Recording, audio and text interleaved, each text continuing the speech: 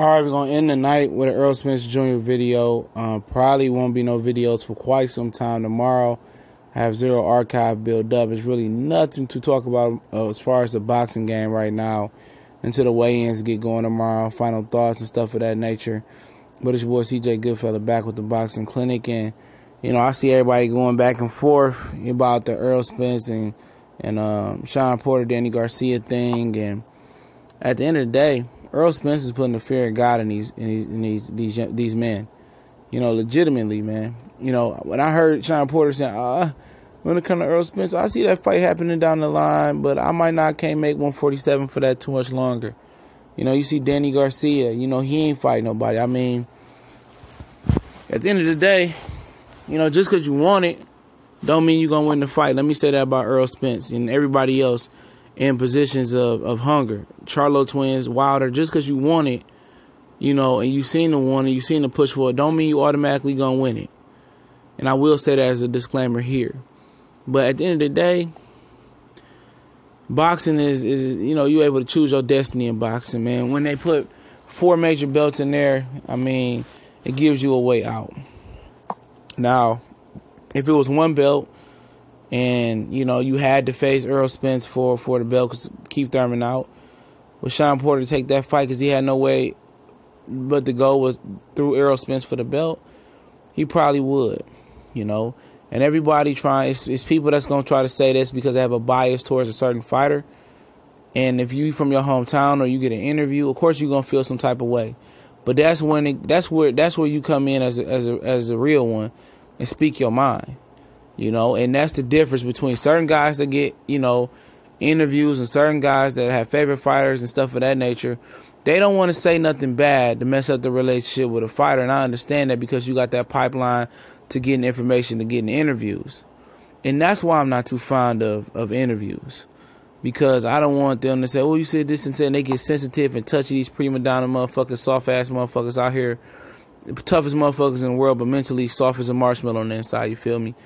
That's why I'm not into it. I done interviewed a few fighters before, and it's all kosher, you know what I'm saying? It's all cool, but for me, I just want to continue to have my voice and call it how I see it. And I don't want to build those relationships where then it becomes a bias. You see, a lot of guys are biased towards a lot of guys, different guys, and that's not me. And I'm going to tell you the real spit, no spill.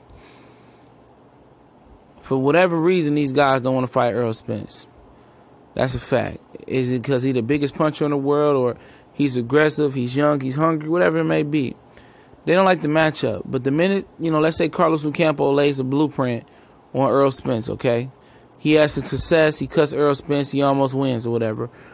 I guarantee you a lot of them guys going to start running up and want to fight Errol Spence. Guarantee it.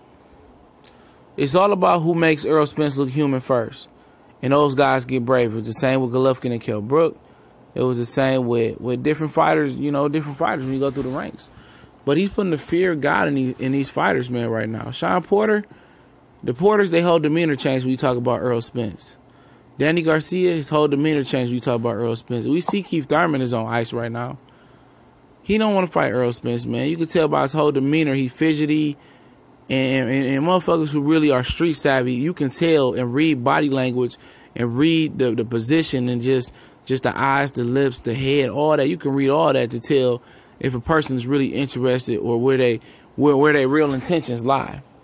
You know, that's why they say open your eyes and don't worry about opening your ears. Believe what you see and not what you hear. And you can tell by their body position, they don't want that fight. And at the end of the day, Al not going to force that fight. He could tell Errol Spence is going to happen all day long until he blew in the face. But it may not happen. And that's the sad thing about it, that he got to sit through this and suffer through this and continue to fight these type of fights. But at the end of the day, I mean, it's his career. You know, he can't do shit about it but really compromise and get him more money out of his percentage to make the fight happen, which he shouldn't have to. He shouldn't have to. I mean, you know, it shouldn't even be a topic of discussion about the winner, Danny and Sean, should fight Errol Spence if Keith Thurman isn't healthy. Run that belt right over to Keith Thurman. I mean, to Errol Spence. You never know, you might beat him. But if Errol Spence holds the WBC, the IBF, and then Keith Thurman got to come back and he get the automatic shot when he's healthy to fight Errol Spence, I still don't think he's going to fight him. I mean, look at this situation, man.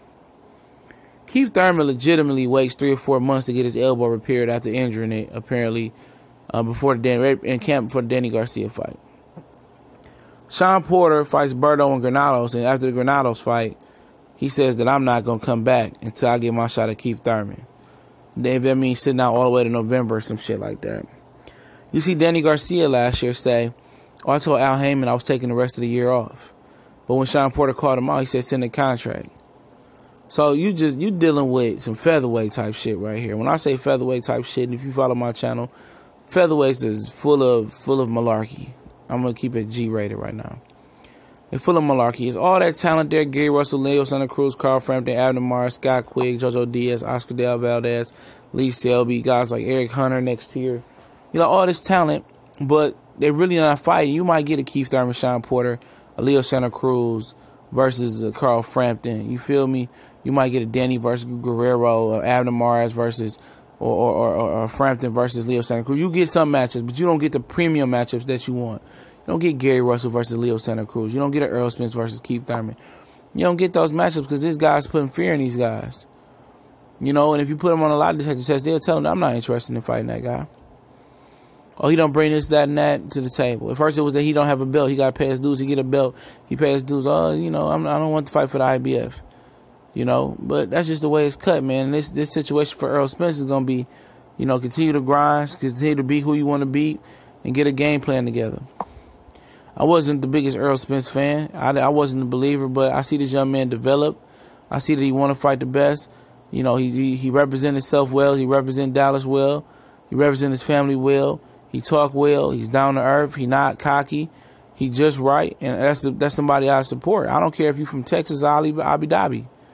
You know, I could support somebody that represents itself well and clean cut and can fight. And at the end of the day, Danny and Sean Porter, I mean, it is what it is. The welterweight division is the Terrence Crawford and Errol Spence show. You know, and at the end of the day, I would hate for them to fight for anything less than undisputed. Seriously. They too much like-minded not to have everything on the mind. They think a lot. Like, they want to fight the best. They rather die in the ring. You're going to have to really hurt them to put them out of commission. But at the end of the day, you got whole niggas like Danny Garcia, Sean Porter, and Keith Thurman in the division, and it's holding it up, you know. But it is what it is. It's TBC and more. Peace.